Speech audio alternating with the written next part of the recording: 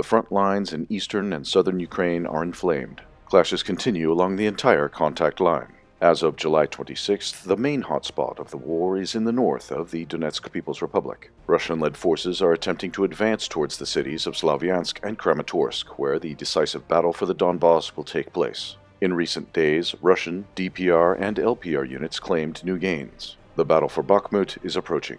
On the morning of July 26th, the first reports from the front lines confirmed that the town of Pokrovskoe, located on the eastern outskirts of Bakhmut, came under Russian control. After intense battles, Russian assault groups and DPR Cossac units repelled Ukrainian forces from their military positions in the northern districts of the town. As a result of the advance, Russian-led forces threaten Ukrainian positions in the city of Bakhmut.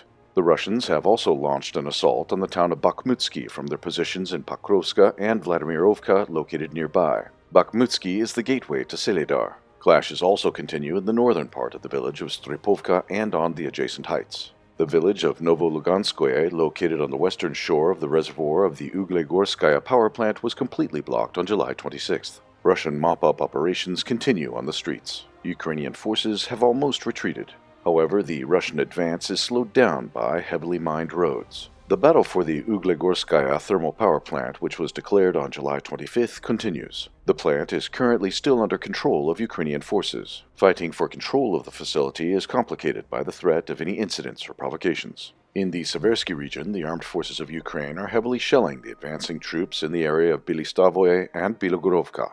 While the armed forces of Ukraine are fighting with foreign weapons supplied by Kiev's western allies, Russia may reportedly get military aid from Iran. According to unconfirmed reports, Iran has sold a number of its Shahed 129 UAVs to Russia. For the first time, the claims were made by representatives of Washington. However, both the Russian and Iranian sides did not confirm any information on such agreements. Meanwhile, Il-76 cargo aircraft loaded with unknown cargo from Iran continue to arrive at airports near Moscow. Iranian strike UAVs like the Shahed 129 can significantly expand the capabilities of the Russian military.